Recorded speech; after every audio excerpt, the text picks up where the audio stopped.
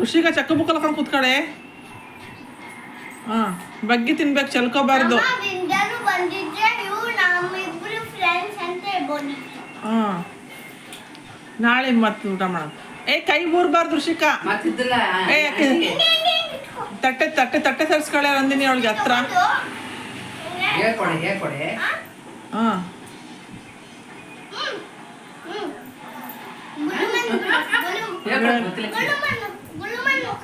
ನಂದಿನಿ ನಂದಿನಿ ಅವಳು ತಟ್ಟೆ ಮುಂದೆ ತರಿಸಿ ಅವಳಿಗೆ ಹತ್ತ ದೂರ ಆಯ್ತು ತಟ್ಟೆ ಅವಳಿಗೆ.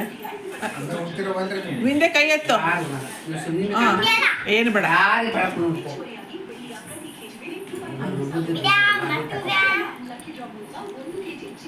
ಐದು ಬಟ್ಟೆ ಒಳಗೆ ಹೋಗ್ಬೇಕು, ಹಿಂಗೆ ಒಳಗೆ ಹೋಗ್ಬೇಕು, ಹಿಂಗೆ ಓಪನ್ ಮಾಡಬಾರ್ದು.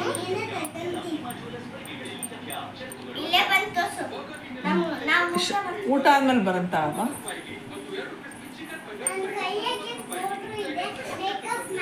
ಆಮೇಲೆ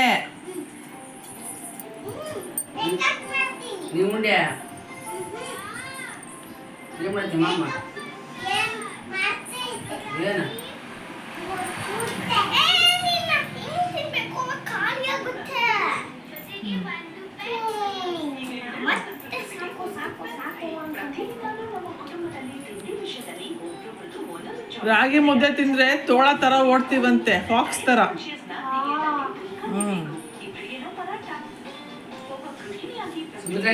ಸುಮ್ಮನೆ ಇಲ್ಲಿ ತೆಗಿಲ್ಲ ಅಂತ, ಗೇಟ್ ತೆಗಿಲ್ಲ ಅಂತ.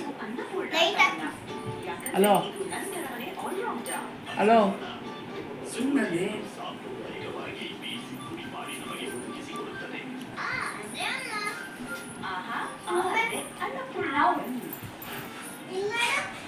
ಮುಕ್ಕ ಸರ್ಸ ಮುಕ್ಕಳವ ಮುಕ್ಕ ಬಾಯ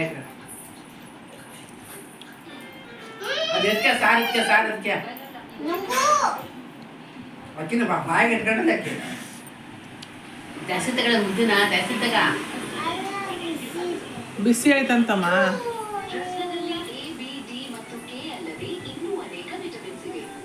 ಚೆನ್ನಾಯ್ತಾ ನಿಮ್ಮಜ್ಜಿ ಮಾಡ್ಕೊತ ಮುದ್ದಿನ ಊಟ ಮಾಡಕ್ಕೆ ಮಧ್ಯೆ ಮಾತಾಡ್ಬಾರ್ದಮ್ಮ.